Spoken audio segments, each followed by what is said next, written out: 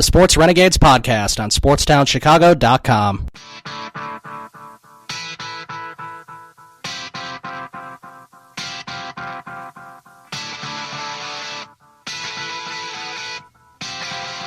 All right, welcome back to the Sports Renegades.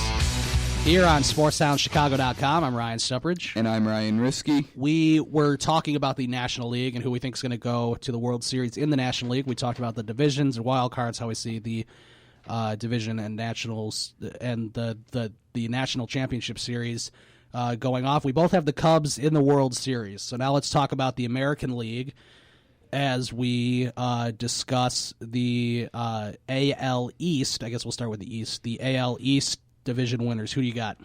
This is a tough division. The Yankees. It always is. The Yankees are going to be better. You got to figure Toronto will still be good despite losing Encarnacion and Brett Cecil. The Red Sox got better by getting Chris Sale. They definitely did. And the thing is, it's like I don't think Tampa Bay is that bad of a team. It's just when the other four teams in your division are that good, someone's going to lose a lot and have a really bad record because they have a good pitching staff. Yeah, they do, and maybe Archer, will have a bounce back year. He wasn't so good last year, but that probably won't happen again. He'll probably be pretty good. It was just his ERA. I mean, he still struck out 220 plus batters. Right, and I think they just locked up Kiermaier, I think, to a long contract. He's a pretty good player. So, I have the Boston Red Sox winning the AL East very narrowly. Yeah, I do too. I mean, I think it's going to be a little closer than last year.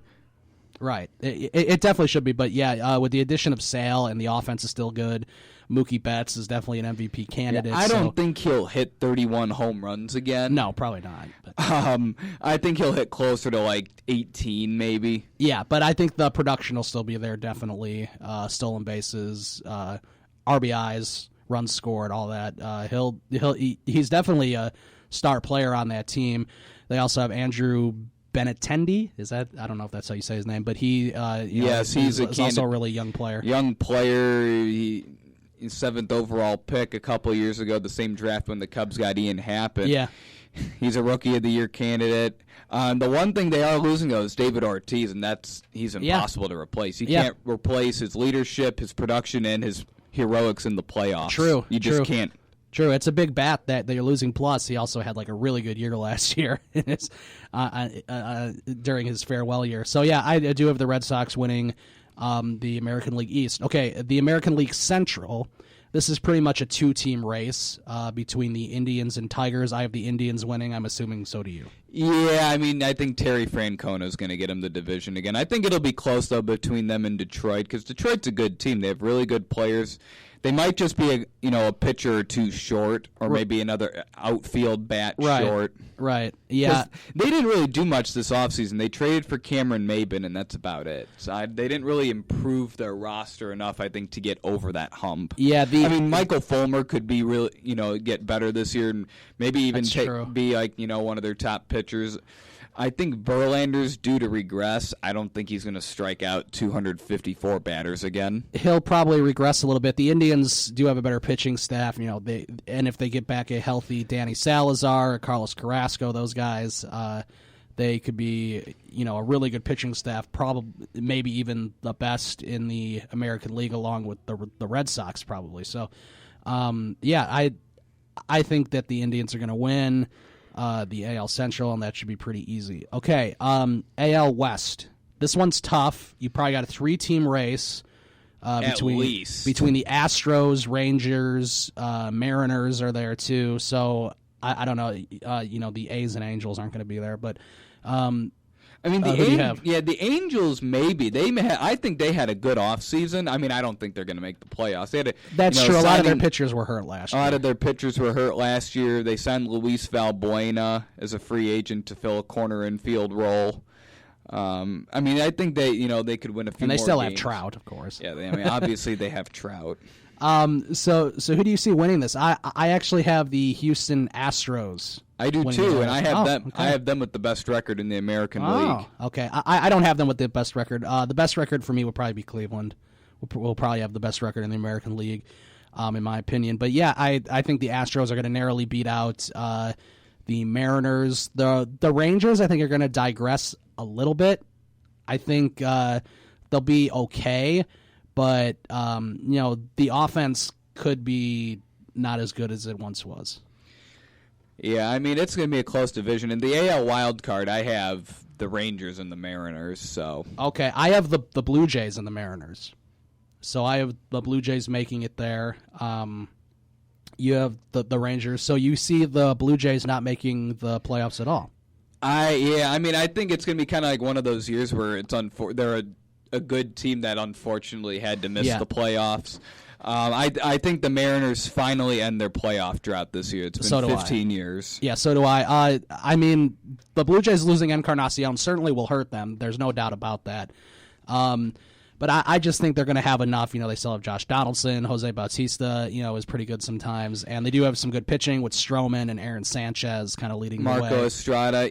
I mean, there's just, I feel like they might struggle at first to adjust to life without Edwin Encarnacion. Yep.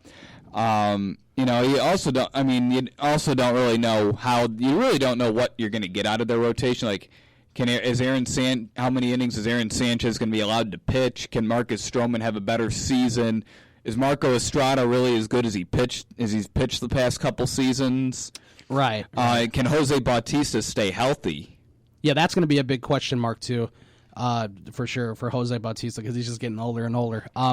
So pretty much the only difference there is you like the Rangers more than the Blue Jays, and I like the Blue Jays over the Rangers. But we both have the Mariners in the wild card. Yeah, I think their playoff drought finally ends. Yeah, so do I, and I hope it does. It's a very likable team, and they got a good manager as well. He used to be a Cubs catcher, I think. He was a Cubs catcher. I know. John Gibbons? No, that they had. No, I'm talking about Seattle. Oh, Seattle. Scott Servais. Yeah. Yeah.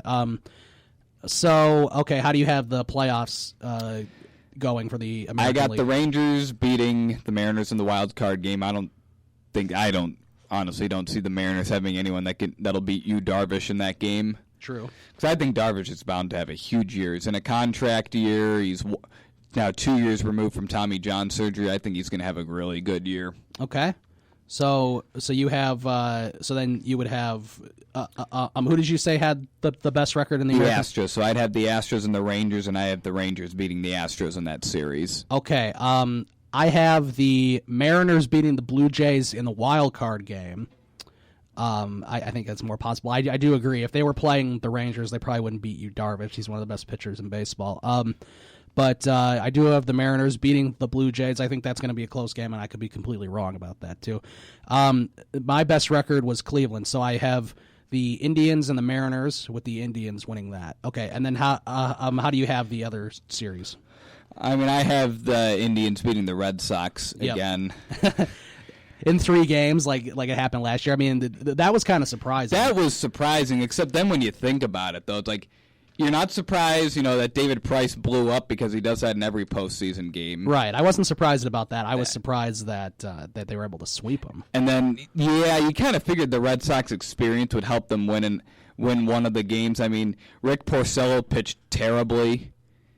I mean, in that playoff game, he could not get his two-seam fastball to sink, and he was giving up home runs. And I mean, everything that could go wrong for the Red Sox in that series went wrong. I don't think it'll be a sweep again this year, except I don't see the Red Sox winning it. Maybe they'll win Chris Sale's start, though. Yeah. Okay. So my other series is the Red Sox and Astros. I have the Red Sox beating the Astros, so I have them making it to the ALCS against Cleveland. And who do you have going to the World Series, Ryan? That would be between the Rangers and the Indians. I'd go with the Rangers. Okay. Wow. All right. I think the Rangers... It's an interesting pick. I like it. Yeah, I think that the Rangers are going to make a big move for a starting pitcher at the trade deadline. Okay. And I think that's going to really bolster their starting pitching. Yeah, to go along with Cole Hamels and Yu Darvish. Yeah, I mean that's a solid 1-2 right there, as it is. Okay, so I have the Indians and Red Sox in the ALCS, and I have the Red Sox beating the Indians. So we both don't have the Indians going to the World Series, which is pretty crazy because I thought at least one of us would. Now with the way this played out, right? So I do have the Red Sox going to the World Series against the Cubs. Against the Cubs, I have I have what a lot of people thought was going to happen last year with the Cubs and Red Sox last year. I think it's going to be Cubs and Red Sox this year. It'll be kind of cool. Wrigley against Fenway. So with all that said, who do you have winning the World Series? I have the Cubs over the Rangers. Okay, I have the Cubs over the Red Sox. I think the Cubs repeat, and I really think this is going to be the next great Chicago dynasty. I hope you're right. I mean, it's pretty impressive that we kind of have two really good teams in Chicago as it is with the Blackhawks and Cubs. It makes up for some of the other teams being not only just awful, but also poorly run. Yeah, poorly run. Yeah, it's pretty amazing because we never really, it used to just be, 10 years ago or whatever, it was always, the Cubs are like the poorly run organization, and the Blackhawks were as well, and now it's sort of flipped.